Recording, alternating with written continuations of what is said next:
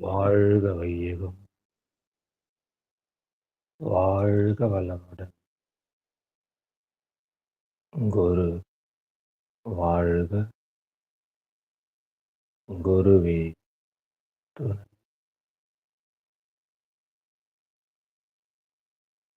எல்லாம் வல்ல, எல்லாம் வல்ல, எங்கும் எக்காலத்தும் எல்லா பொருட்களாகவும் உயிர்களாகவும் தன்னை வெவ்வேறாய் காட்டிக் கொண்டிருக்கிற பரம்பொருளை வணங்கி,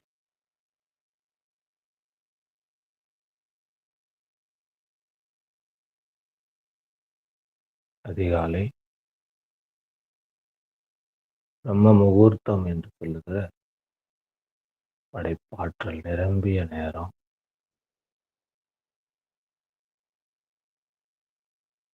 கண்கள் பேச முடியிருக்கு.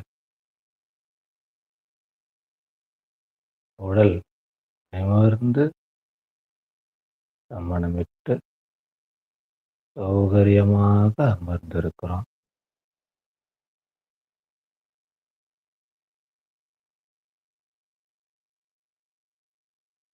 மூச்சு இயல்பாக ஓடிக்கொண்டிருக்கிறது.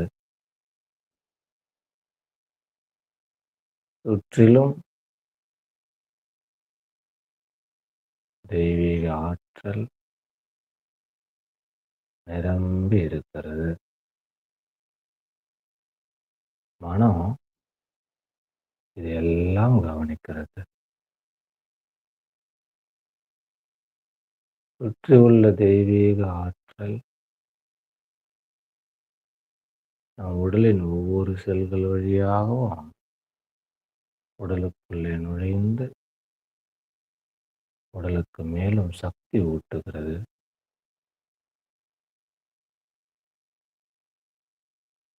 வெளியேயும் இருந்து உள்ளேயும் நிரம்புகிற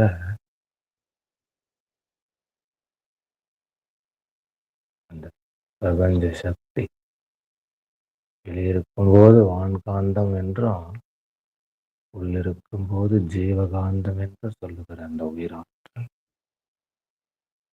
இரவும் பகலும் எல்லா நேரங்களிலும் எல்லா இடங்களிலும் எல்லா தொழில்களிலும் உறுதுணையாகவும் பாதுகாப்பாகவும் வழிநடத்துவதாகவும் அமையுமாக.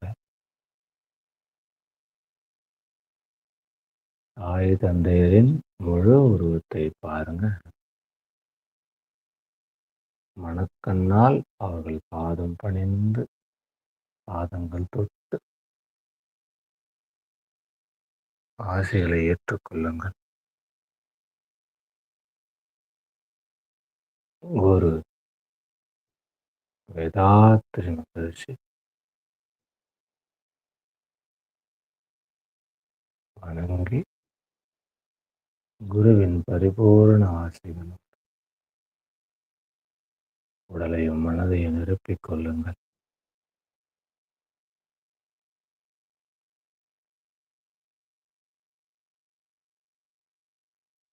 மனதின் கவனம்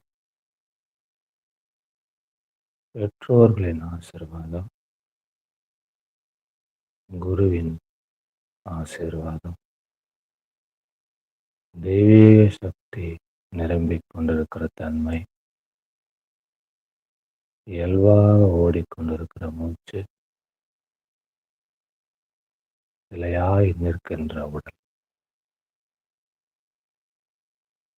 அனைத்தையும் கவனிக்கின்ற மனம்.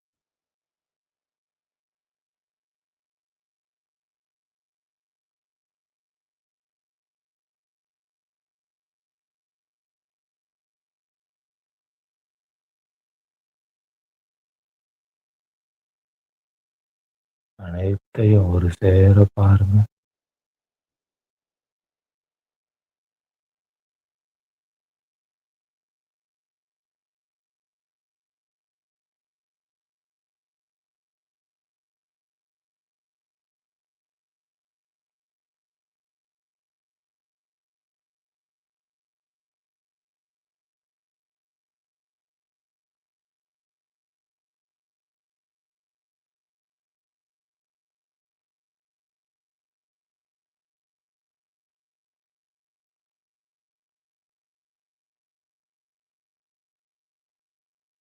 ஒரு கல் சிலையாகி சிலைக்குள் உயிர் பாய்ச்சப்படுவதைப் போல எல்லாம் இந்த உடலுக்குள்ளே நுழைந்து கொண்டிருக்கிறது. ஆசீர்வாதங்களும் பிரபஞ்ச ஆற்றலும் உயிர் சக்தியும் கவனமும் என அனைத்தும் இந்த உடலையும் உயிரையும் அலங்கரித்துக் கொண்டிருப்பதை பாருங்க.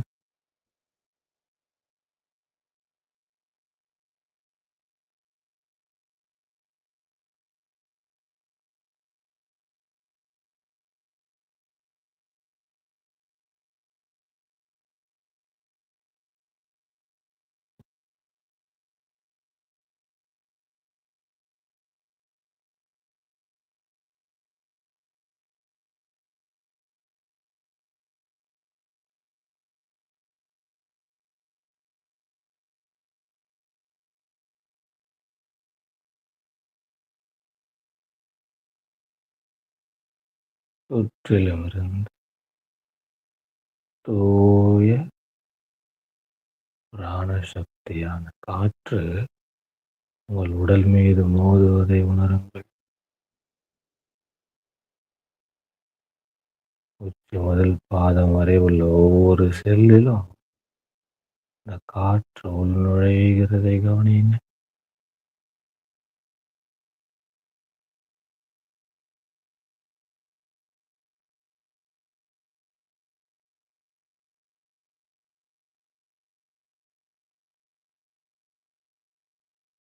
பூமியிலிருந்து பூமியின் படைப்பாற்றல் எழும்பி கால் பாதங்கள் வழியா உடல் முழுவதும் நிரம்புவதை கவனிங்க.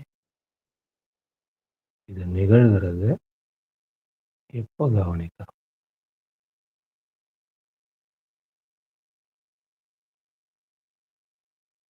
பிரபஞ்ச சக்தி மேலிருந்து தலை உச்சியில கொட்டி உடல் முழுவதும் பரவிக் கொண்டிருப்பதை கவனிங்க.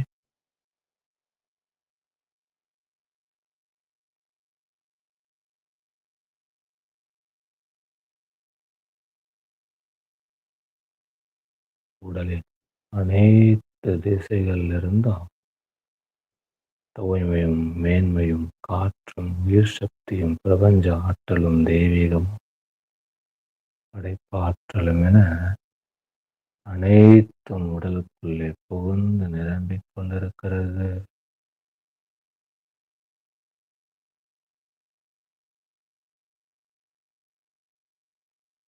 உடல் தளர்வாய் மென்மையாய்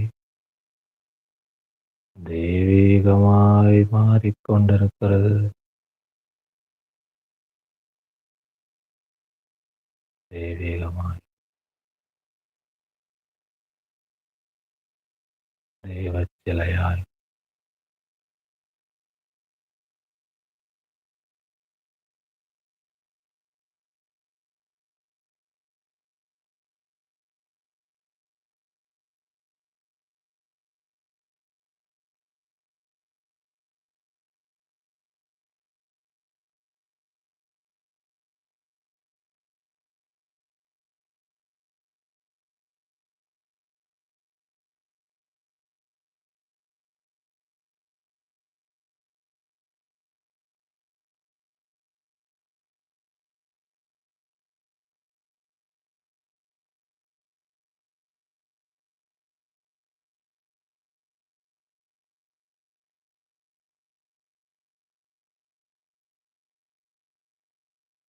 சக்திமிக்க உடல் உணர்வின் அடி ஆழத்திலிருந்து சப்தமாக ஆழ்ந்த உணர்வோடு ஒரு 3 முறை பிரணவத்தை உச்சரிப்போம்.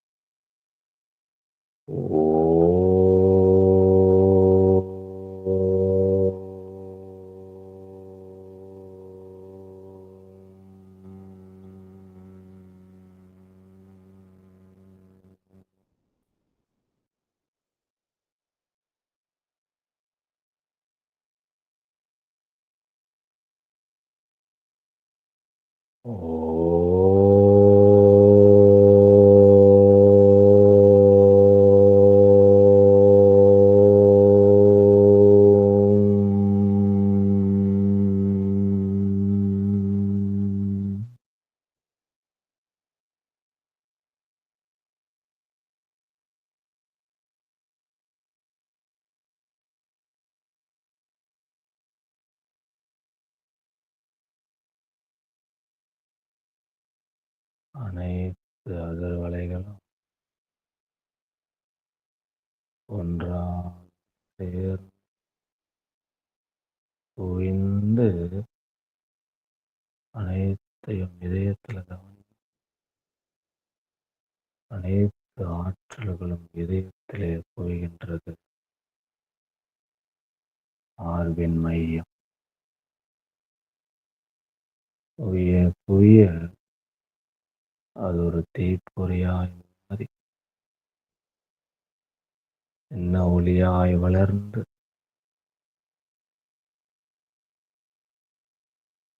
உயிரொளியாய் பிரகாசிக்கிறது. ஆத்ம ஜோதியை பாருங்க. இதயத்தில் ஆத்ம ஜோதியை சுடர்விடச் செய்யுங்கள்.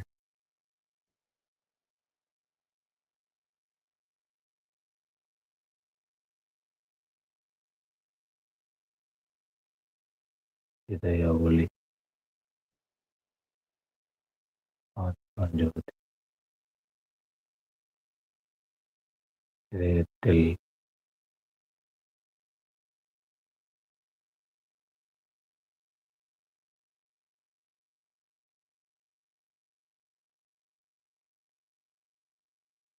தெய்வ சிலையின் இதயத்துல மையத்தில் அழகாய் ஒளிர்ந்து கொண்டிருக்கிற ஜோதி ஒரு மல்லிகை மொட்டு போல அசைவற்று பிரகாசித்துக் கொண்டிருக்கிற ஜோதி.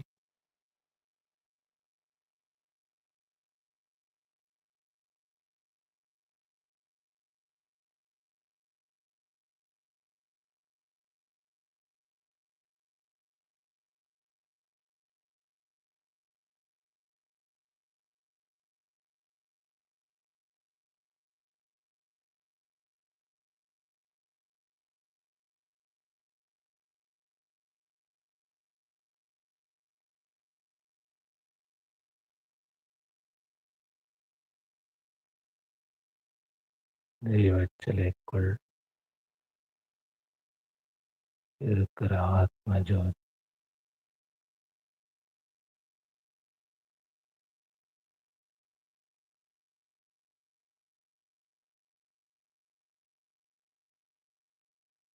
மூச்சு, பிராணசக்தி, பிரணவ சக்தி உடல் மீது மோதிக்கொண்டிருக்கிற காற்று பிரபஞ்சத்திலிருந்து பொழிந்து கொண்டிருக்கிற வான்காந்த சக்தி பூமியிலிருந்து நிரம்பிக் கொண்டிருக்கிற படைப்பாற்றல் அனைத்தையும் ஏற்றுக் கொண்டிருக்கிற தெய்வச்சிலையாய் உடல், அந்த உடல் மத்தியில் ஒளிர்ந்து கொண்டிருக்கிற ஆத்ம ஜோதி அனைத்தையும் உணர்ந்து கொண்டிருக்கிற மனம்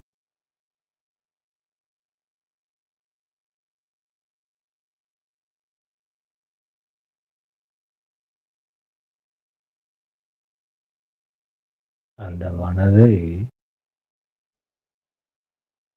இதய ஜோதியின் பிரகாசம் போல, அதன் பிரதிபலிப்பை போல எண்ணி உடலை விட்டு முன்னாடி கொண்டு வாங்க. உடலுக்கு முன்னே ஒரு 5 அடி தொலைவில் மனம் இருக்கட்டும். அப்படியே மனம் இந்த உடலை பார்க்கிறது.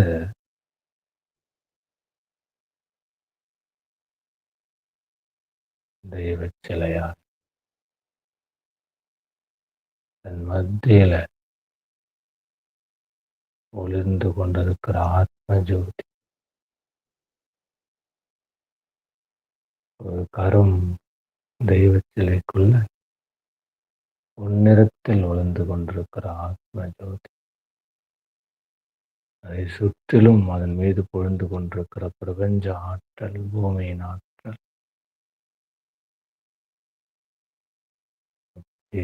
பார்க்கிறோம். நம்முடைய அழகிய முகம் ஜோதியின் பிரகாசத்தால் பிரகாசித்துக் கொண்டிருக்கிற தெய்வச் சிலையின் முகமாய்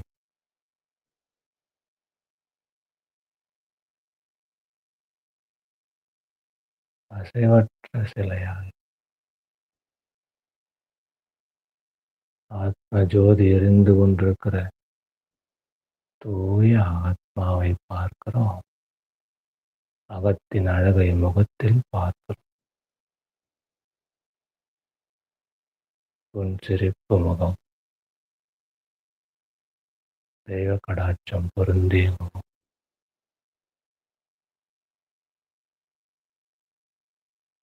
இதயத்தில் ஆத்ம ஜோதி, முகத்திலே அதன் பிரகாசம்.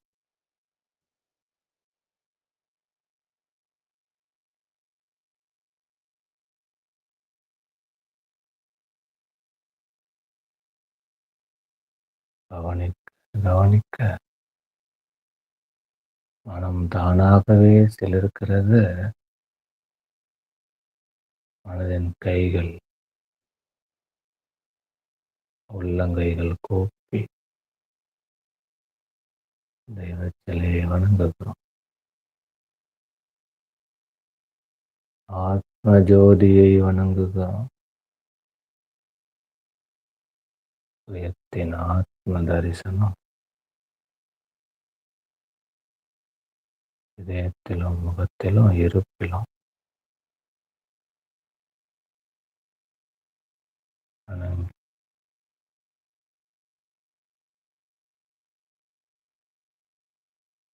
வணங்கி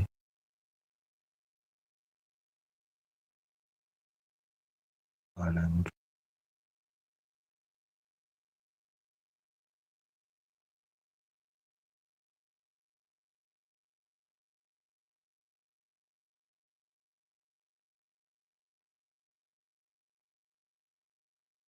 நீங்கள் வணங்கும் போது அந்த சிலையும் உங்களை ஆத்மார்த்தமாய் வணங்குகிறது.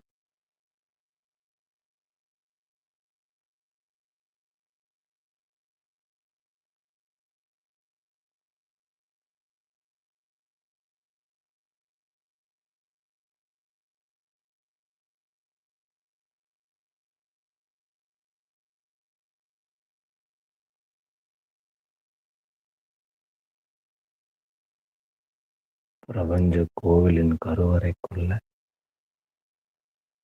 கருவறையில் இருக்கின்ற தெய்வ சிலையை தரிசிப்பதால் இந்த 2 கருவறையில ஒளிர்ந்து கொண்டிருக்கிற தெய்வ சிலை, அதன் தரிசனம் நீங்கள் ஒருவர் மட்டும் பெற்றுக்கொண்டது.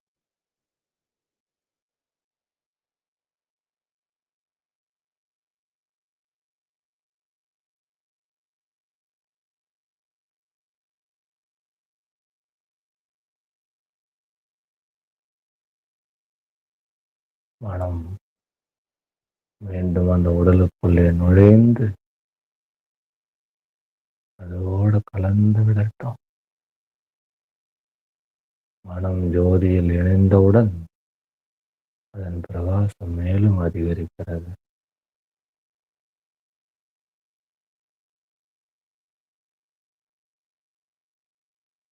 மேலும் அன்பும் கருணையும் மிக்க ஒரு தூய ஆத்மாவாய் மாறிக்கொண்டிருக்கிறோம்.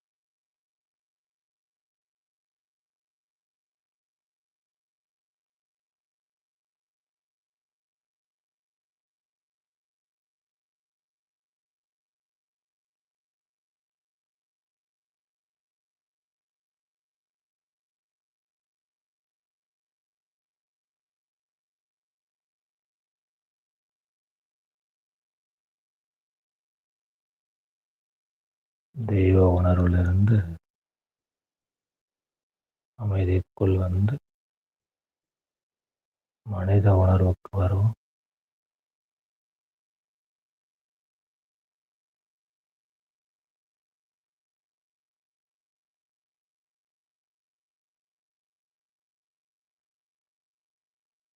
தெய்வ உணர்வு கொடுக்க வல்லது. மனித உணர்வு எப்போதும் கேட்டுக்கொண்டிருப்பது. உங்கள் பற்றி நினைவுபடுத்தும்.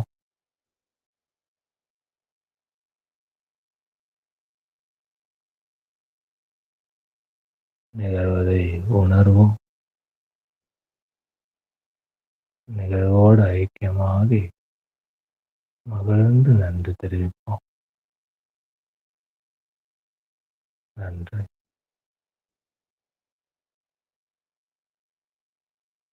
நம்முடைய இருப்பு எப்போதும் எல்லோருக்கும் நன்மையே விளைவிக்கும் என்ற மனதுக்குள்ள ஒரு சங்கல்பத்தை எடுத்துக்கொள்வோம். நம்முடைய எண்ணம், சொல், செயல், பார்வை, தொடுதல் அனைத்தும் நன்மைக்காகவே இருக்கும் என்று மனதின் சங்கல்பம்.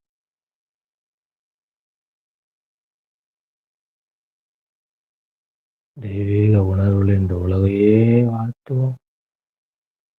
வாழ்க வையகம், வாழ்க வையகம், வாழ்க வளம்.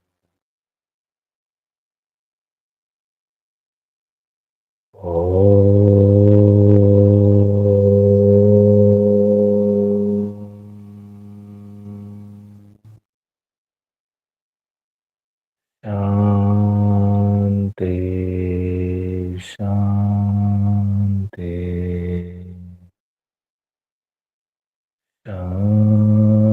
சாந்தி.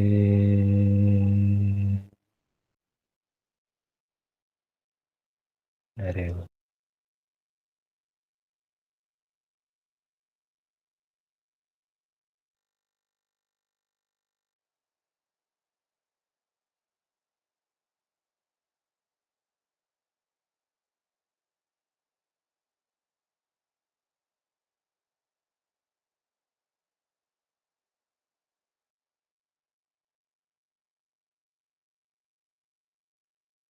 உங்களை நீங்களே அணுகிக் கொண்ட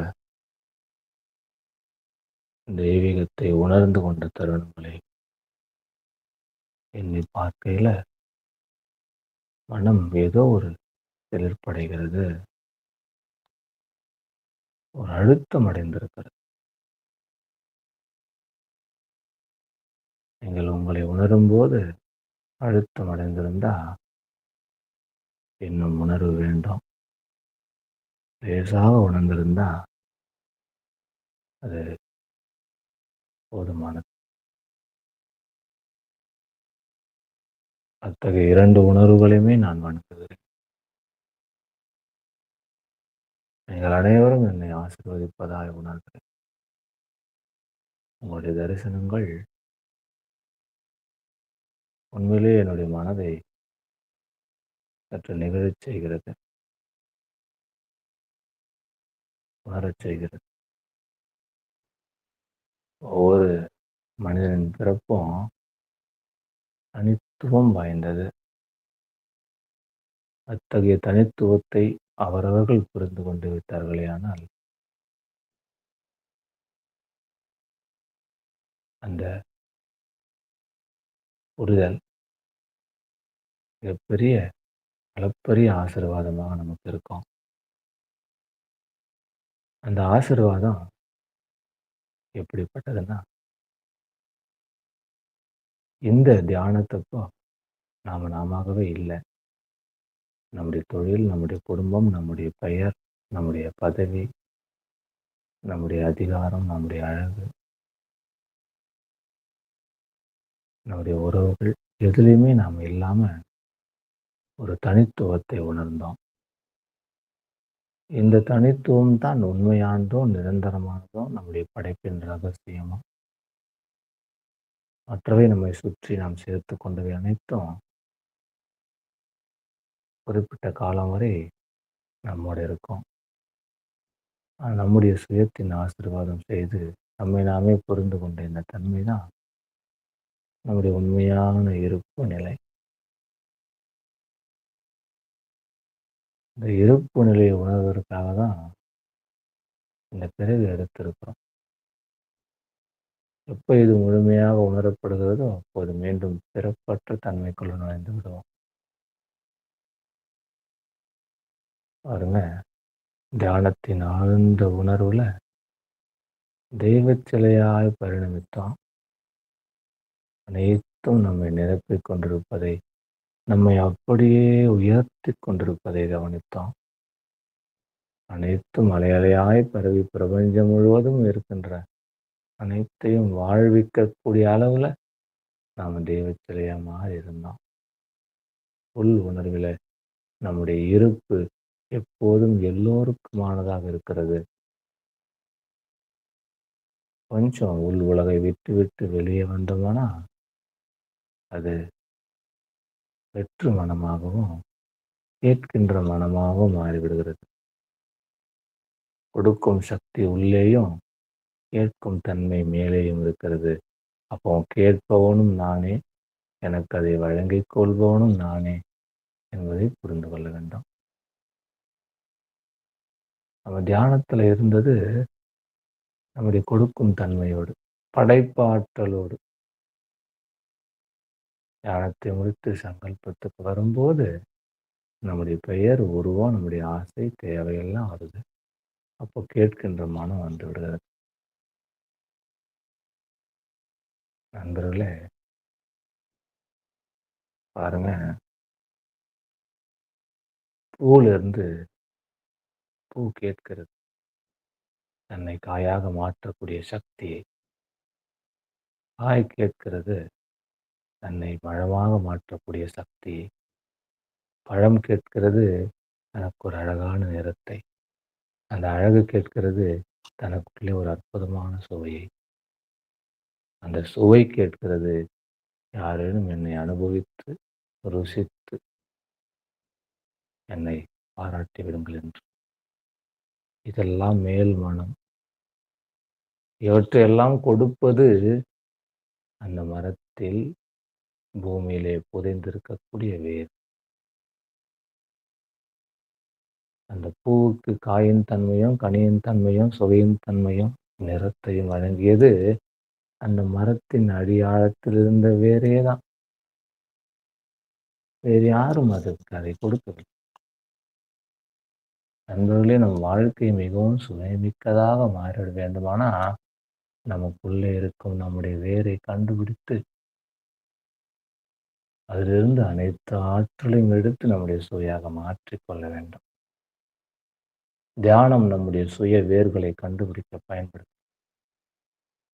சுயத்தின் வேரை, சுயத்தின் ஆணி வேரை தொடுகின்ற, உணர்கின்ற, பார்க்கின்ற அந்த தன்மையை நமக்கு உருவாக்கும். நாமே நம்முடைய தல விருட்சமாக இருப்பதை நாம் உணர்ந்து கொள்ள, அந்த அடிவேரை நாம் புரிந்து கொள்ள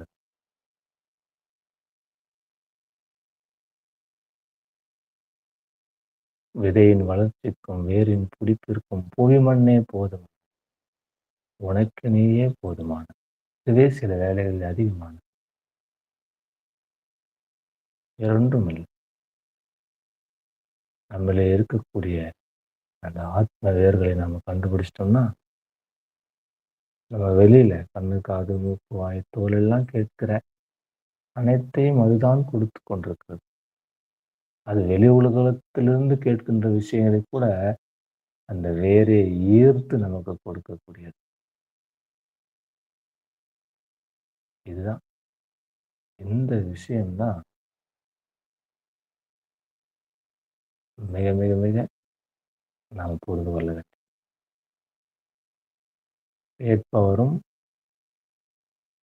கேட்கப்படுகின்ற பொருளும் கொடுப்பவரும் அனைத்தும் ஒன்றே.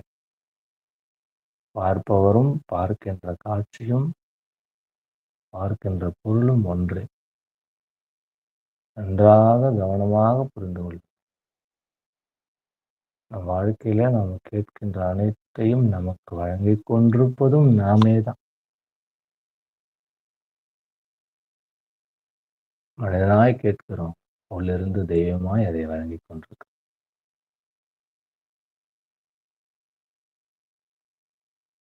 வேற எதுவுமே இதை நிகழ்த்துவதாக நீங்க கற்பனை பண்ணிக்க வேண்டாம். நமக்கு நிகழ்கிற அனைத்துமே நம்மிலே இருந்து புறப்பட்டு நிகழ்வதாக நமக்கு காண்பிக்கிறது. அடடா! எனக்காக இதெல்லாம் நிகழ்கிறது. நிகழ்த்துவதும் நாம் தான். மேல் மனதில் நினைக்கிறோம். அவன் என் நண்பர்களே, சிக்மண்ட் ஃப்ராய்டுன்னு ஒரு ஆள் இருந்தான். சைக்காலஜியோட தந்தை. மனோதத்துவத்தின் தந்தை. இந்த உலகத்துக்கே அவன் தான் தந்தை. Sigmund Freud. அவன் தான் மனதின் தன்மைகளை இன்ச் பை ஃப்ரீக்வன்சி அளந்தான். ஃப்ரீக்வன்சி 1லேருந்து 40 வரைக்கும், 40லேருந்து 100 வரைக்கும். ஆல்ஃபா, பீட்டா, டெல்டா, தீட்டா ஒவ்வொன்றா அளந்து அளந்து இந்த உலகத்துக்கு மனதின் தன்மைகளை காண்பிக்கிறான். ஈகோ, சூப்பர் ஈகோலாம் ஆராய்ச்சி பண்ண. கான்சியஸ், சப்கான்சியஸ், சூப்பர் கான்சியஸ் அதுக்கெல்லாம் பேர் வச்சது அவன் தான். நம்ம ஆன்மீகத்தில் மேல்மனம், நடுமனம், அடிமனம்னு சொல்லுவோம். ஆன்மீக தத்துவங்கள் எடுத்தாலும், சிக்மண்ட் ஃப்ராய்டோட ஆராய்ச்சி எடுத்துக்கொண்டாலும், மனமே அனைத்தையும் செய்கிறதுன்னு சொல்லிடுறாங்க. மகரிஷியே சொல்றாரு, மனதிலே உள்ள எல்லாம் மற்ற எங்கு தேடுவீர்? எல்லாம் மனதிலே உள்ள எல்லாம் அங்கதான் இருக்குது, வேற எங்கேயும் தேடாது. அப்போ நம்முடைய எண்ணங்கள் மேல் மனதில் இருக்கு. திரும்ப திரும்ப என்ன என்ன என்ன என்ன என்ன ஆனா அதோட அழுத்தம் அதிகமாகி வெயிட் அதிகமாகுதுல்ல. அப்போ மேல் மனதிலேருந்து நடுமனதுக்கு நகர்ந்தது. நடுமனத்துக்கு நகரும் வரை அது உணர்வில் இருக்கும், ஆசையா இருக்கும், தேவையா இருக்கும், லட்சியமா இருக்கும். அடிமனதிலிருந்து இன்னும் திரும்ப திரும்ப நடுமனதிலிருந்து மீண்டும் திரும்ப திரும்ப சிந்திக்க சிந்திக்க அதை வெயிட் அதிகமாகி நடுமனதின் ஆழத்துல போய் உட்கார்ந்து அந்த எண்ணம். எப்ப நடுமனதின் அடி ஆழத்துக்கு ஒரு எண்ணம் சென்று சேருகிறதோ, அப்போது உணர்ச்சி ஆசையிலிருந்து உணர்வு இயக்கமாக மாறிடும். எப்போ ஒரு விஷயம் உணர்வாகவும் இயக்கமாகவும் மாறி நடுமனதின் ஆழத்தில் தங்குகிறதோ, அப்போ அங்கிருந்து தான் அது பிரபஞ்சத்துக்கு சப்ளை ஆகும். எப்போ ஒரு உணர்வு பிரபஞ்சத்துக்கு சப்ளை ஆகுதோ, அப்போ அந்த உணர்வின் தேவைகள் இந்த பிரபஞ்சத்தில் எங்கிருந்தாலும் அது அங்கிருந்தே அதை ஈர்த்து எங்கிருந்து உணர்வு புறப்பட்டதோ அங்கே கொண்டு வந்து சேர்க்கிறது. நினைத்தது நடக்கிறது.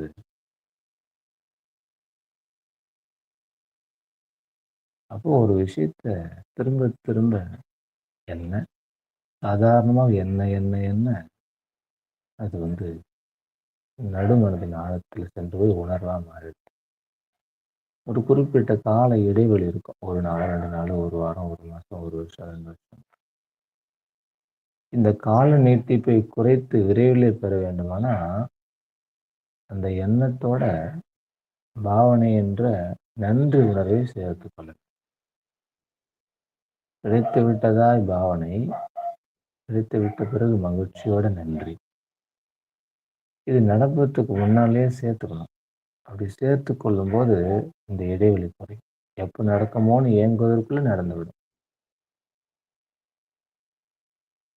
இது சயின்டிஃபிக்கா ப்ரூவ் பண்ணப்பட்ட விஷயங்கள். மனம்தான் அனைத்தையும் செய்கிறது. மனம்தான் அனைத்தையும் செய்கிறது.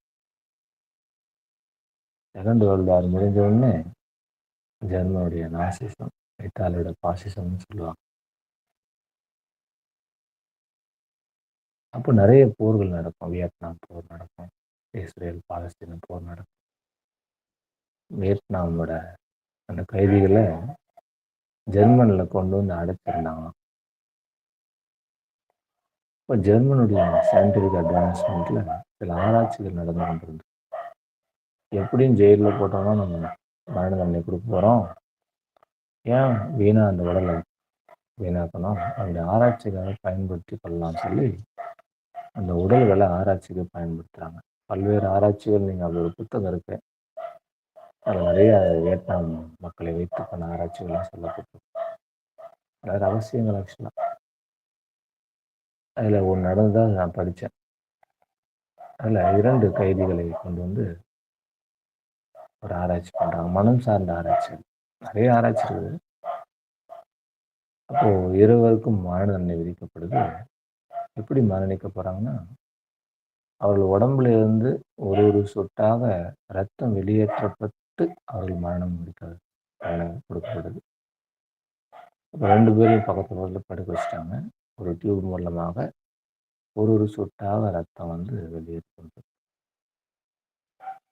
கொஞ்சம் இவருடைய 2 பேருக்கும் ஒரு சின்ன இடைவெளி இருக்கும்.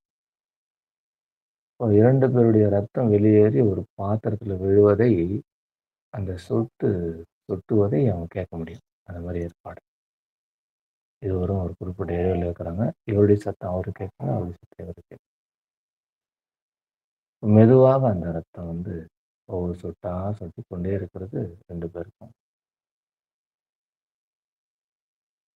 அதில் என்ன நடக்குதுன்னு சொன்னால், இருவருமே ஒருவருடைய ரத்தம் உண்மையாகவே சொட்டி கொண்டிருக்கிறது.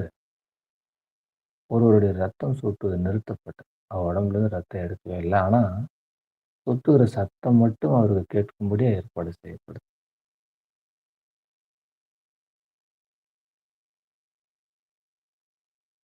ஒருவர், அந்த ரத்தம் சொட்டுவதாக ஏற்பாடு செய்யப்பட்ட மனிதர் முதல்ல மரணிக்கிறார். உண்மையாகவே ரத்தம் சொட்டப்பட்டவர் சற்று சரியாக ரத்தம் உண்மையிலே வெளியேறின பிறகுதான் அவர் மரணிக்கிறார். ஆனால் உண்மையிலே அவர் உடம்புல ரத்தம் வெளியேறவே இல்லை. அந்த பயம், மனதிலிருந்து ரத்தம் வெளியேறிக்கொண்டே இருக்குது உடம்புலேருந்துன்னு, அந்த மனதின் பயம் அவரை விரைவில் மரணிக்க செய்கிறது. ஆனால் உண்மையிலேயே அவர் உடம்புல ரத்தம் எடுக்கவே இல்லை. அப்போ இந்த மரணத்தை உருவாக்கியது யார் அப்படின்னு சொன்னால் பயம். வெறுமனே ஒன்றுமே நடக்கல. அவர் உடம்புல எந்த காயமும் இல்லை, எந்த ரத்தம் வெளியேற்றப்படவில்லை, அவருக்கு விஷம் கொடுக்கப்படல, அவர் கொலை செய்யப்படவே இல்லை. அவர் மனமே அவரை கொஞ்சம் கொஞ்சமாக கொலை செய்து விட்டது. இது ப்ரூவ் பண்ணியிருக்காங்க. இதே போல மரணம் சார்ந்து பல ஆராய்ச்சிகள் இருக்கு. இது ஒரு எக்ஸாம்பிள் மட்டும்தான். மனமே அவரை மரணம் எவ்வளோ பெரிய விஷயம். நாடி, நரம்பு, ரத்தம், சதை, கொழுப்பு, எலும்பு அனைத்தோட ஆட்டம் ஆடணும். அனைத்தோட இயக்கம் நிறுத்தப்படணும். இதயமே நிறுத்தப்பட வேண்டும். அதை வெறும் மனதின் பயம் செய்து விட்டது பாருங்க.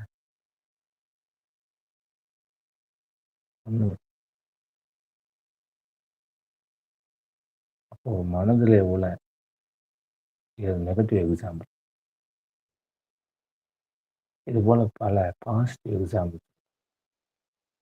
ஹிட்லர் இந்த உலகின் இன்னைக்கு வரைக்கும் அவருடைய அதிகாரத்தால் இன்னைக்கு அவர் நினைச்ச பயப்படுற நாடுகள்லாம் 100% நேர்மறையான மனிதர். 100% அலெக்சாண்டர். இந்த உலகத்தையே தன் வசத்தின் கீழ் கொண்டு வர வேண்டும் என்ற வைராகியத்தால ஒரே தனி மனிதன் தான்.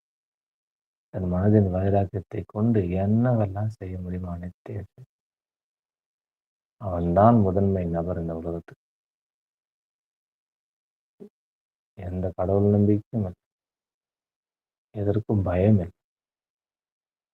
நான் தான் உலகத்தை ஆட்சி பண்ண ஒரு நாட்டையோ ஒரு மாவட்டத்தையோ சக்தி மனோசக்தியில இந்த உலகத்தையே ஆட்சி செய்ய முடிவு செய்தான். 31 ஒரு வயசு தான் அலெக்சாண்டர். உலகின் பெரும் பகுதியை இந்த ஆட்சியின் கீழ் கொண்டு பேராசை தான் அதுக்கு காரணம். ஹிட்லருக்கும் அது ஒரு பேராசையாக தான் இருந்துச்சு. இருந்தாலும் அவங்களுடைய மனசக்தி அதை நடத்தி காண்பித்து எவ்வளவு பேர் ஒரு நபருக்கு பயந்து, ஒரு நபருக்கு அடிமையாக அப்படி அப்படி வாழ்ந்திருக்கிறாங்க மனிதர்கள். மனோசக்தியை பயன்படுத்துகிறாங்க. எத்தனை நபர்கள் நம்ம பார்க்குறோம் அது மாதிரி. எத்தனை நபர்கள் ஆன்மீகத்தில் ஒரு பக்கம் ஒரு தனி நபர். சித்தர்கள்லாம் நமக்கு முகமே தெரியாது.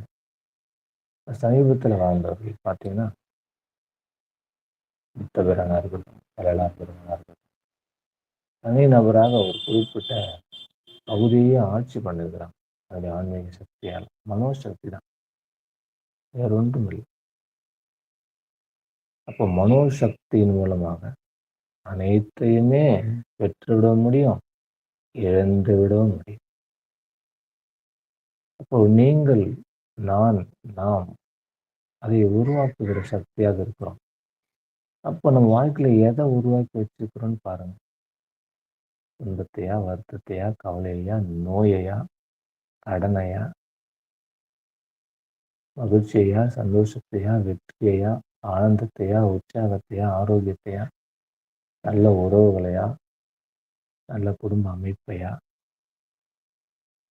இதையெல்லாம் உருவாக்கி வைத்திருக்கிறது நமக்கு இதெல்லாம் இருக்குன்னு பாருங்க. இது எல்லாமே நம்முடைய மனம் உருவாக்கியது தான். மனம் உருவாக்கி ஜேம்ஸ் ஆலன் ஒருத்தர் தான் மனதின் தன்மைகளையும் எண்ணத்தையும் அவ்வளவு பிரமாதமா ஆராய்ச்சி பண்ணார். James Alan. எம்எஸ் உதயமூர்த்தின்னு ஒரு ஆள் இருந்தார் தமிழ்ல. எண்ணங்கள் அப்படின்னு ஒரு புத்தகம். நான் அன்னைக்கு ஒரு புத்தகம் சொன்னது போல எண்ணங்கள். சின்னதா புத்தகம், 80 ரூபா. இப்போ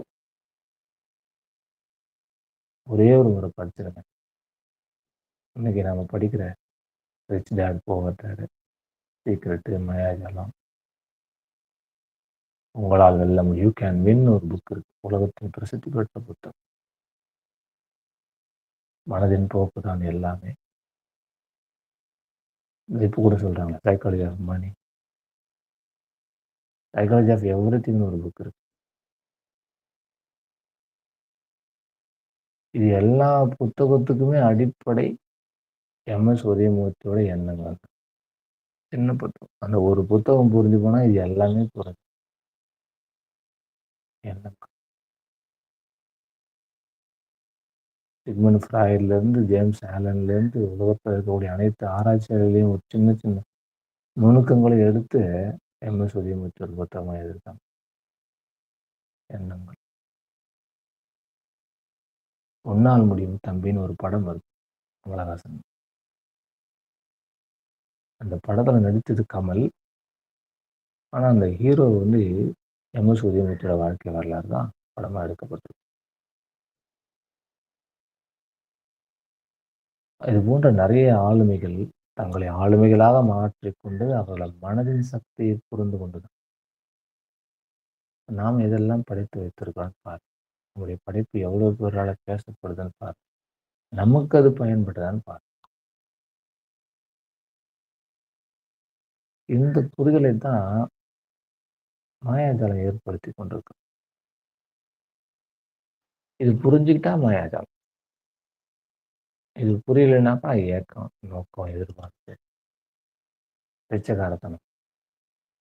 இது புரிஞ்சு போச்சுன்னா ராஜ வாழ்க்கை, ஒடுக்கும் வாழ்க்கை, சுகபோகமான வாழ்க்கை, சிம்மாசன வாழ்க்கை. ஓஷோ சொல்வாரு, உங்கள் வாழ்க்கையில் எப்போதும் ஒரு ராஜபாட்டை உங்கள் எதிரில் இருந்து கொண்டே இருக்கிறது. நீங்கள் தான் பிச்சைக்கார பாதையை தேர்ந்தெடுக்கிறீர்கள்ன்னு சொல்லுவார். உங்கள் ராஜபாட்டையில் சிம்மாசனத்தில் இருந்து பயணம் செய்யுங்கள். உங்கள் பார்வையை கொஞ்சம் திசை மாற்றும். உங்களுக்கு காரிலேயே கிடைக்குது அந்த பாதை, ராஜபாட்டை. சிவப்பு சிவப்பு கம்பளம் விரிக்கப்பட்டு கிடக்கிறது. உங்கள் உங்கள் பயன்பாட்டுக்காக. நீங்கள் தான் வேறு யாரோ ஒரு வாழ்க்கையை வேடிக்கை பார்த்துக் கொண்டிருக்கிறீர்கள்ன்னு சொல்லுவார். ராஜபாட்டை பயன்படுத்திக் கொள்ளுங்கள். மனமே அனைத்தின் மூலம் என்பதை புரிந்து கொள்.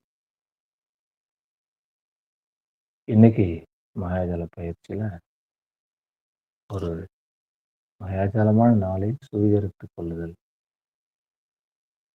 இது ஒரு லைஃப் டைம் பிராக்டிஸ். வாழ்க்கை முழுவதும் டெய்லி நீங்க பிராக்டிஸ் பண்ண வேண்டியது. நிறைய பேருக்கு இந்த பழக்கம் இருக்கும். டு டூ லிஸ்ட்ன்னு சொல்லுவாங்க மேனேஜ்மெண்ட்ல. இன்னைக்கு என்னெல்லாம் செய்ய போறோம்ன்னு காலைல உட்காந்து எழுதுறது. வெறுமனே எழுதுவது எல்லாருக்கும் பழக்கம் இருக்கும் டைரியில. அதில 10 மணிக்கு எங்க போனோம், 11 மணிக்கு எங்க, 1 மணிக்கு எங்க, 4 மணிக்கு எங்க, 6 மணிக்கு எங்க, 8 மணிக்கு எங்க அப்படின்னு எழுதுறீங்க. ஒரு 5 விஷயம், 6 விஷயம் ஒரு ஒரு நாளும் இருக்கும்.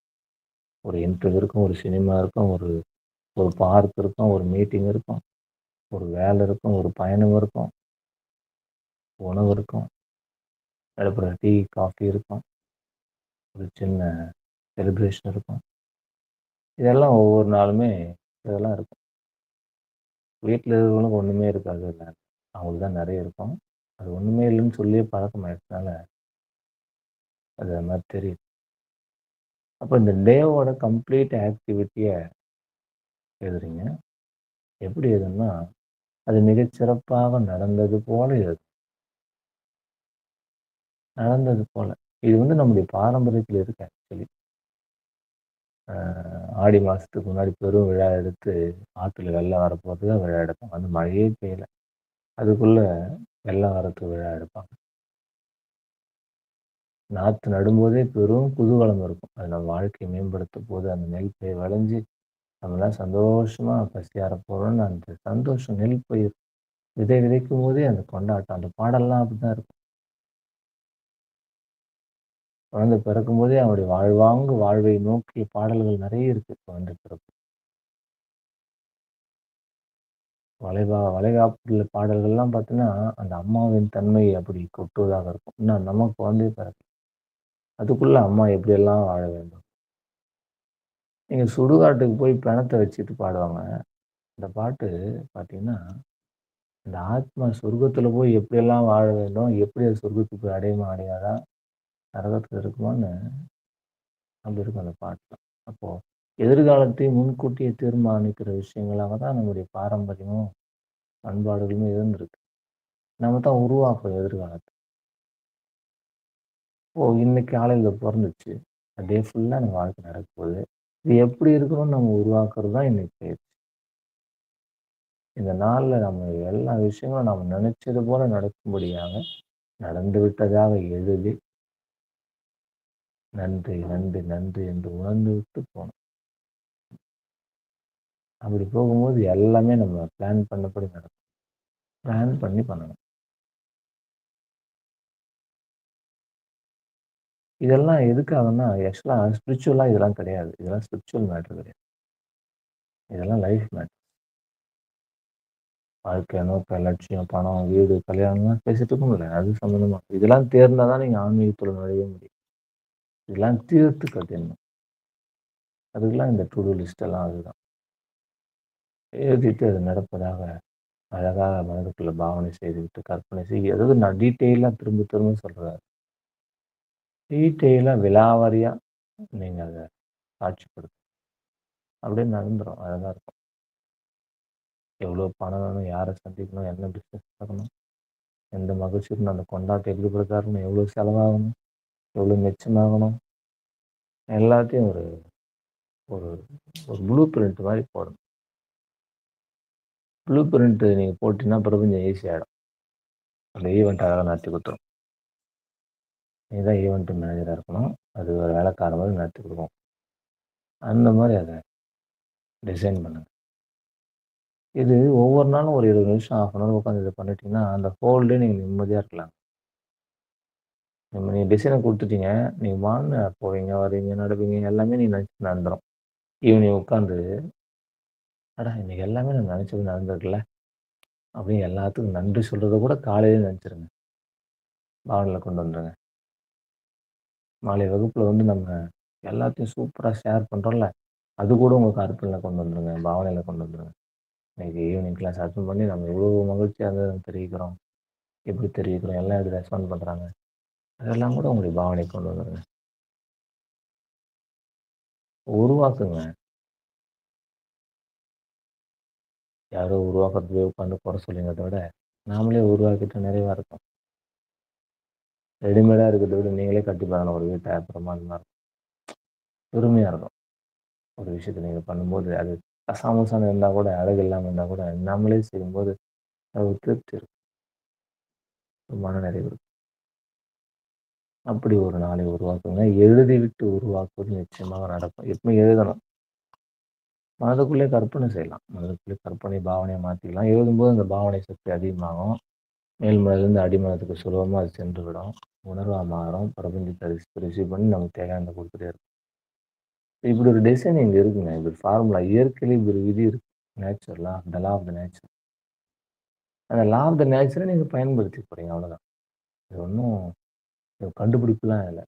இது வந்து இல்லாத ஒண்ண உருவாக்குறதுலாம் இல்ல. ஏற்கனவே இருக்குது. இயற்கையில அப்படி ஒரு விதி இருக்கு. அந்த விதிய நம்ம தெரிஞ்சு பயன்படுத்தி நம்ம வாழ்க்கைய சுலபமாக்கிக்கிறோம் அவ்வளோதான். கிரிட்டிகலா இருக்கும். எப்படி போப்போறோம், எப்படி வரப்போறோம், எங்க வரப்போது தெரியலையேன்னுலாம் இருக்கும். ஏன் அப்படிலாம் இருக்குது? நம்ம உருவாக்கிடுவோமே! இப்படிதான் நடக்கணும். இந்த ட்ரெஸ் தான் போடுறோம், இங்க தான் போறோம், இத்தன மணிக்கு போறோம். இது நடக்குது, இவரு இப்படி பேசுறாரு. இது நடக்குது, இந்த பிசினஸ் நடக்குது, இவ்வளோ இவருக்கு சைன் பண்றோம். இந்த இன்டர்வியூ போறோம், இது நடக்குது, இந்த வேலை கிடைக்குது, இவ்வளோ சம்பளம் ஓகே ஆகுது.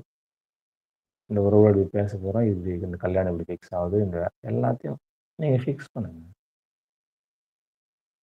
நண்பர்களே இன்னைக்கு தியானத்துல பாருங்க, நீங்க ஒரு தெய்வச் சிலையாய் உங்கள இவ்வளோ உயர்வாக அந்த விஷயங்கள உணரச் செய்வதற்கு காரணமே, நீங்களே உருவாக்க முடியும்ன்றத உங்களுக்கு குடுத்ததுக்காக தான். நீங்க நம்ம காலைல 5 மணிக்கு நான் வாய திறந்து பேச ஆரம்பிக்கும்போது, இப்போ வரைக்கும் பேசிட்டு இருக்கிற எதுவுமே ஒவ்வொரு புள்ளியும் நம்ம புரிந்து கொள்றதுக்காக தான். யாரையோ புரிஞ்சுக்கிறது இல்ல. எதையோ தெரிஞ்சுக்கிறது இல்ல.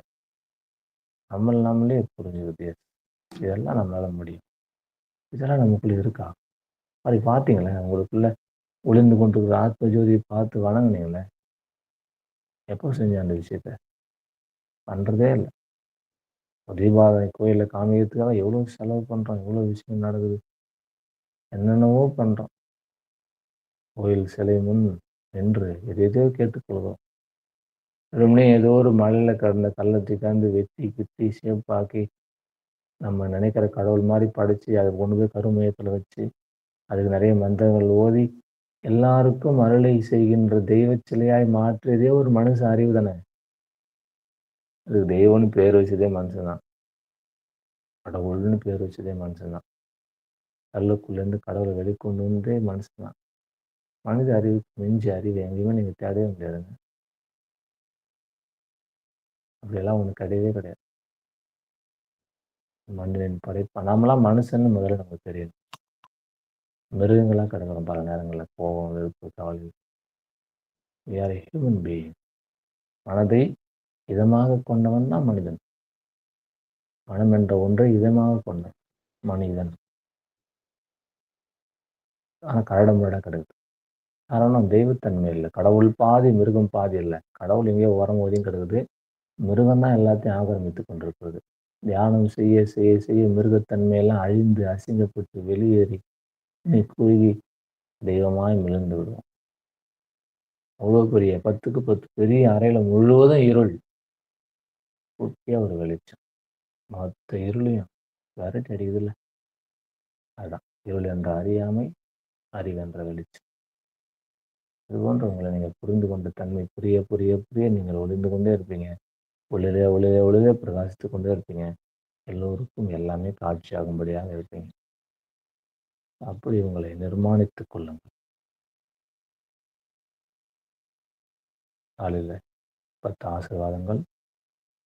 நேற்று எழுதின விருப்பப்பட்டியலில் நீங்கள் மீண்டும் நீங்கள் பாவனை செய்யுங்க. தினமும் விருப்பப்பட்டியல் தினமும் எடுத்து பார்க்கணும், பாவனை செய்யணும். நடக்கும் வரை தினமும் எல்லாத்துக்கும் நன்றி உணர்வுகளை சாட்சி வைங்க. நன்றியோட வாழ்க்கையை நகர்த்துங்க. எல்லோருக்கும் என் மனமான நன்றிகள். வாழ்க வளமுடன்.